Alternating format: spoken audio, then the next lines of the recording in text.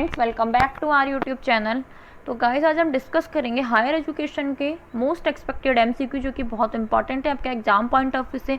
कोशिश करेंगे कि साथ में जो एमसीक्यू हम डिस्कस कर रहे हैं उसके साथ कंसेप्ट भी पढ़े, ये नहीं कि हमने केवल आंसर टिक मार्क कर दिया, उससे कोई सेंस नहीं है गाइस। हमें उसका पूरा कंसेप्ट पता होना चाहिए, उसके कुछ क्रक्स हैं, उसके जो पॉइंट्स हैं वो पता होने चाहिए। तो हम सभी डिस्कस करेंगे वीडियो में। तो गाइस, यदि आपको वीडियो अच्छी लगे तो प्लीज़ लाइक करें, और यदि चैनल आप फर्स्ट टाइम देख रहे हैं तो प्लीज़ सब्सक्राइब करना ना भूलें। स्टार्ट करते हैं हमारी वीडियो। तो हमारा फर्स्ट क्वेश्चन है, university grants commission UGC was constituted on the recommendations of. तो यूजीसी किसके रिकमेंडेशंस पे स्टैब्लिश किया गया था? ऑप्शन फर्स्ट है सर्वपल्ली राधाकृष्णन कमीशन, सेकंड है मुदालियर कमीशन, देन है सर्जेंट कमीशन, और देन है कोठारी कमीशन। तो गाइस, आपको पता होना चाहिए, जैसे कि आप यूजीसी नेट का एग्जाम दे रहे हैं तो एटलीस्ट आपको यूजीसी के बारे में सभी इंफॉर्मेशन पता होनी चाहिए। तो ये जो इस्टेब्लिश किया गया था यूजीसी, वो इस्टेब्लिश किया था डॉक्टर सर्वपल्ली राधाकृष्णन कमीशन के अकॉर्डिंग, मतलब उनकी जो रिकमेंडेशन है उनके उसी बिहाफ पे यूजीसी को इस्टेब्लिश किया गया था। और हम इसके बारे में कुछ डिटेल पढ़ लेते हैं यूजीसी के बारे में, जिससे कुछ आपको कुछ न्यू जानने को मिले। तो यूजीसी तो जो यूनिवर्सिटी एजुकेशन कमीशन, इसका एक और नाम है सर्वपल्ली राधाकृष्णन कमीशन का सेकंड नाम है यूनिवर्सिटी एजुकेशन कमीशन। 1948 में स्टैब्लिश किया गया था एस राधाकृष्णन के चेयरमैनशिप के अंदर। तो इसके अंदर इंडियन यूनिवर्सिटी एजुकेशन को लेके बेसिकली फोकस किया गया था। और इसकी रिकमेंडेशन क्या थी? यूजीसी एस्टैब्लिश की जाए एक यूनिवर्सिटी गारंट कमीशन हो, जो कि जनरल मॉडल था किसके बेसिस पे? University grant commission of UK. तो उसके बेसिस पे ये रखा गया था, जिसका क्या था कि फुल टाइम एक चेयरमैन होना चाहिए और एक अदर मेंबर होने चाहिए जो भी अमोंगेस्ट एजुकेशनिस्ट होने चाहिए इंडिया के, मतलब कुछ महत्वपूर्ण जो शिक्षाविद होते हैं हमारे, वो उसके मेंबर होने चाहिए। फिर है 1952 के अंदर यूनियन गवर्नमेंट ने डिसाइड किया कि सभी केसेज को और जो भी सेंट्रल यूनिवर्सिटी है हमारी जो पब्लिक यूनिवर्सिटी है, कोई भी फंड है तो उससे रिलेटेड जो भी वर्क है वो कौन किसको सौंपा गया? यूजीसी के अंडर में आता है ये सब। और उसको इनोग्रेट किया था गाइस श्री मौलाना अब्दुल कलाम आज़ाद, जो कि मिनिस्टर ऑफ एजुकेशन थे उस टाइम के जब ये स्टैब्लिश हुई थी। और इसको जो स्टेचुरी जो फॉर्म में आई थी वो आई थी 19 नवंबर 1956 के अंदर। और जो इसके अंदर कुछ इंपॉर्टेंट बातें हैं वो हैं कि इसके जो 6 रीजनल ऑफिसेज हैं, जो कि पुणे, हैदराबाद, भोपाल, गुवाहाटी एंड बेंगलोर के अंदर है, और हेड ऑफिस इसका है दिल्ली के अंदर। तो कुछ इंपॉर्टेंट पॉइंट हैं जो आपको ध्यान रखने हैं यूजीसी के रिगार्डिंग। देन मूव करते हैं हम नेक्स्ट क्वेश्चन पे। What was the title of Kothari commission report की? इनमें से कोठारी कमीशन की रिपोर्ट का टाइटल क्या था? तो ऑप्शन फर्स्ट है वोकलाइजेशन ऑफ एजुकेशन, सेकंड है education and national development, third है डेमोक्रेटिक एजुकेशन एंड फोर्थ है लर्निंग टू बी एडवेंचर। तो गाइस, यहाँ पे जो आंसर होगा वो होगा एजुकेशन एंड नेशनल डेवलपमेंट। तो हमारा करेक्ट आंसर होगा एजुकेशन एंड नेशनल डेवलपमेंट। उनकी जो रिपोर्ट का नाम है वो टाइटल पूछा गया है आपसे क्वेश्चन में, बिकॉज देखिए गाइस, ये कोठारी कमीशन है बहुत इंपॉर्टेंट है। रिसेंटली जून 2019 में भी 2-3 शिफ्ट में ये क्वेश्चन पूछा गया था कोठारी कमीशन से रिलेटेड, और भी बहुत बार कोठारी कमीशन से रिलेटेड क्वेश्चन पूछे जाते हैं। तो जरूरी है कि आप ये जो बहुत इंपॉर्टेंट कमीशन है, जैसे कि Radhakrishnan commission, Mudaliar commission, Kothari commission, इनके रिगार्डिंग स्पेसिफिक डिटेल्स पूरा पढ़ के जाइएगा। तो हम इसके बारे में कुछ और इम्पॉर्टेंट डिटेल डिस्कस करते हैं। तो Indian education commission, Kothari commission जिसे बोलते हैं, दो नाम है इसके, जैसे कि हमने देखा था एस राधाकृष्णन कमीशन को यूनिवर्सिटी कमीशन भी बोलते हैं, इसे बोलते हैं इंडियन एजुकेशन कमीशन, बिकॉज इन्होंने यहाँ पे बहुत ही वाइड और कॉम्प्रिहेंसिव कमीशन था, जो कि यहाँ पे इन्होंने स्कूल एजुकेशन से लेके यूनिवर्सिटी हायर एजुकेशन तक की बातें डिस्कस करी हैं। और कमीशन सेटअप किया गया था 14 जुलाई 1964 के अंदर, जो कि चेयरमैनशिप के अंदर था दौलत सिंह कोठारी। फिर और कुछ देखते हैं आगे क्या है। तो इस कमीशन का एम क्या था कि एग्जामिन कर सके इंडिया के जो भी अक्रॉस ऑल एस्पेक्ट हैं एजुकेशन सेक्टर के, और अदर ऑब्जेक्टिव इसके थे कि मतलब इन इवोल्यूशन हो सके एक जनरल पैटर्न ऑफ एजुकेशन के अंदर। और इसने अपनी रिपोर्ट सबमिट करी थी 29 जून 1966 के अंदर। तो गाइस, ये बात ध्यान रखनी है कि 1964 से 66 तक चला था ये। और इसकी रिकमेंडेशन को अकोमोडेट किया गया था, मतलब लागू कब किया गया था? जो भी इंडियन एजुकेशन पॉलिसी, इंडिया की जो फर्स्ट नेशनल पॉलिसी आई थी एजुकेशन के अंदर 1968 के अंदर।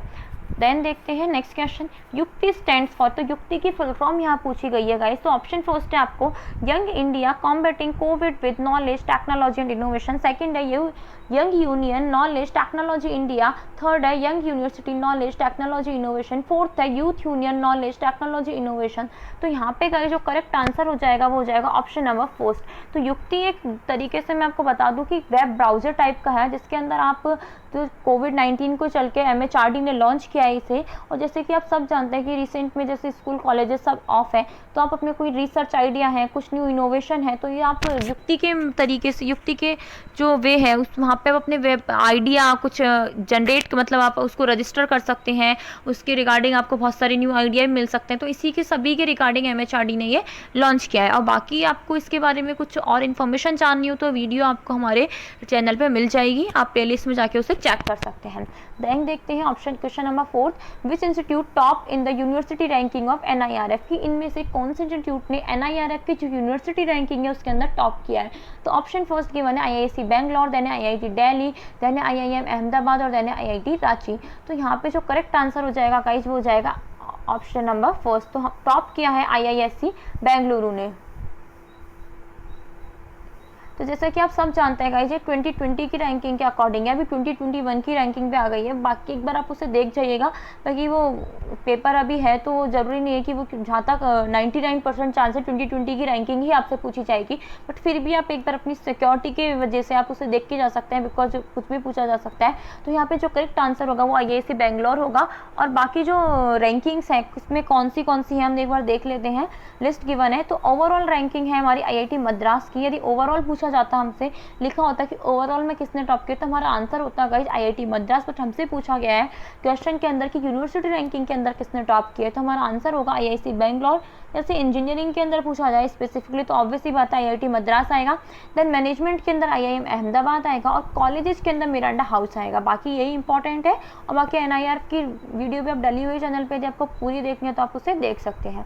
देन है हमारा next question, which of the following statement is incorrect about नाक। तो नाक के बारे में एंड कौन सा स्टेटमेंट गलत है, हमें ये चूज करना है। तो इसकी फुल फॉर्म की वन है, national assessment and accreditation council was established in 1994, it has head office in Bengaluru. Then option है, it is an autonomous body of UGC, then है its parent department is MHRD, और then है none of the above। तो guys ये नाक के बारे में जो सभी स्टेटमेंट गिवन है option number 4, second, third, fourth, ये सभी करेक्ट स्टेटमेंट है। तो हमारा जो आंसर हो जाएगा वो हो जाएगा ऑप्शन नंबर 5, क्योंकि NAC को स्टैब्लिश किया गया था 1994 के अंदर, उसका हेड ऑफिस बेंगलुरु के अंदर है, और उसकी जो ऑटोनोमस, वो जो UGC की क्या है ऑटोनोमस बॉडी, और इसका पेरेंट डिपार्टमेंट है वो है MHRD। देन देखते हैं, इन Buddhist time period medium of instruction is. तो बुद्धिस्ट जो टाइम पीरियड था, एंशिएंट एजुकेशन के सेक्शन से क्वेश्चन है, हमारे जो पुराने जो एजुकेशन सिस्टम था वहाँ से क्वेश्चन लिया गया है कि बुद्धिस्ट के टाइम पे मीडियम ऑफ इंस्ट्रक्शन क्या था एजुकेशन का, वो कौन से इंस्ट्रक्शन में दी जाती थी। तो ऑप्शन नंबर फर्स्ट है गाइस संस्कृत, देन है पाली, और देन है हिंदी, और देन है नन ऑफ द अबव। तो यहाँ पे जो हमारा करेक्ट आंसर होगा वो होगा ऑप्शन नंबर सेकंड, पाली। तो पाली जो मीडियम है उसके अंदर एजुकेशन प्रोवाइड करी जाती थी, और उससे पहले का जो टाइम था उसके अंदर संस्कृत में एजुकेशन प्रोवाइड करी जाती थी। देन है under new education policy name of MHRD it change bye, कि मतलब न्यू एजुकेशन पॉलिसी के अंदर MHRD का कौन सा नेम रिकमेंड किया गया है, चेंज किया गया है। तो फर्स्ट है ministry of higher education, then है मिनिस्ट्री ऑफ एजुकेशन, देन है इंडियन एजुकेशन मिनिस्ट्री, और देन है शिक्षण संस्था। तो जो नेम रिकमेंड किया है, जो नेम होगा अब आगे से MHRD का, वो होगा मिनिस्ट्री ऑफ एजुकेशन। तो उसका जो क्या कर दिया गया है गाइस, नेम चेंज कर दिया गया है। इन एजुकेशन पॉलिसी की वीडियो भी बहुत ही अच्छे से डिस्कस करी है हमने हमारे चैनल पे, तो आप उसे देख सकते हैं। मिनिस्ट्री ऑफ एजुकेशन इसका नेम है। और बाकी भी गाइस बहुत इंपॉर्टेंट है आपके लिए न्यू एजुकेशन पॉलिसी 2019, आप उससे जरूर चांसेज है क्वेश्चन आने के, तो प्लीज जरूर पढ़ के जाइएगा इसे। देन देखते हैं next question, who submitted the draft of new education policy. New education policy का ड्राफ्ट किसने सबमिट किया है। तो ऑप्शन फर्स्ट की बनेगा आपके पास रघुराम राजन, सेकंड है के कस्तूरी रंजन, थर्ड है आपके पास कैलाश सत्यार्थी, और देन है ऑल ऑफ द अबव। तो इसका जो ड्राफ्ट है वो सबमिट किया है के कस्तूरी रंजन जी ने। जो ये ड्राफ्ट है उन्होंने सबमिट किया, और बहुत ही अच्छी रिकमेंडेशंस दी उन्होंने न्यू एजुकेशन पॉलिसी के अंदर। देन देखते हैं next question, Gyanvani launched by IGNOU cover the educational needs of India refers. तो ज्ञानवाणी एक पोर्टल है, एक चैनल है जो इग्नू का, वो क्या रेफर करता है। तो ऑप्शन फर्स्ट है satellite educational TV channel, second है educational FM radio network, third है global initiative of academic network, और फोर्थ है मूक। तो इसका जो ज्ञानवाणी नेम से क्लियर है गाइस, वाणी मतलब कि कुछ ऑडियो से रिलेटेड है। तो देन हमारा आंसर हो जाएगा यहाँ पे एजुकेशनल FM रेडियो नेटवर्क। यदि ज्ञान दर्शन होता है यहाँ पे तो वो होता है satellite educational TV channel, because ज्ञान दर्शन भी इग्नू ही कवर करती है, और वो क्या है, एक सैटेलाइट एजुकेशनल टीवी चैनल है। और ज्ञानवाणी क्या है, एक एफएम रेडियो नेटवर्क है जहाँ पे बच्चों को क्या किए जाते हैं, एक पर्टिकुलर लेसन्स प्रोवाइड किए जाते हैं आपके एजुकेशन के रिगार्डिंग। देन तो गाइज नेक्स्ट क्वेश्चन है हमारा question number 10, INFLIBNET is stands for. तो ऑप्शन नंबर फर्स्ट है इंफॉर्मेशन एंड लाइब्रेरी नेटवर्क। यहाँ पे ओनली यहीं तक होगा गाइज, मिस्टेक से हो गया है। तो information and library network, then है information network of Indian technology, then है formation of Indian educational network telecommunication, then है information of national education technology. तो इसका जो करेक्ट आंसर होगा वो होगा इंफॉर्मेशन एंड लाइब्रेरी नेटवर्क। और हम इसके बारे में कुछ डिटेल पढ़ लेते हैं। क्या है इन्फ्लीबेंट? तो इन्फ्लीबेंट क्या है, information and library network centre है, centre Gandhinagar is an autonomous inter university centre है जो कि यूजीसी का न्यू दिल्ली एमएचआरडी के साथ में है। और मेजर नेशनल प्रोग्राम इनिशिएट किया गया था यूजीसी ने 1991। तो आपसे यही पूछा जा सकता है कि इन्फ्लीबेंट कब यूजीसी जो इनिशिएट किया गया और किसने इनिशिएट किया? तो ये इनिशिएट किया था 1991 के अंदर यूजीसी ने। तो गाइस ये थे कुछ आपके इंपॉर्टेंट क्वेश्चन। हमने कोशिश करी है कि इसके अंदर पूरा हायर एजुकेशन के जो भी इंपॉर्टेंट एस्पेक्ट है उसको कवर कर लिया जाए।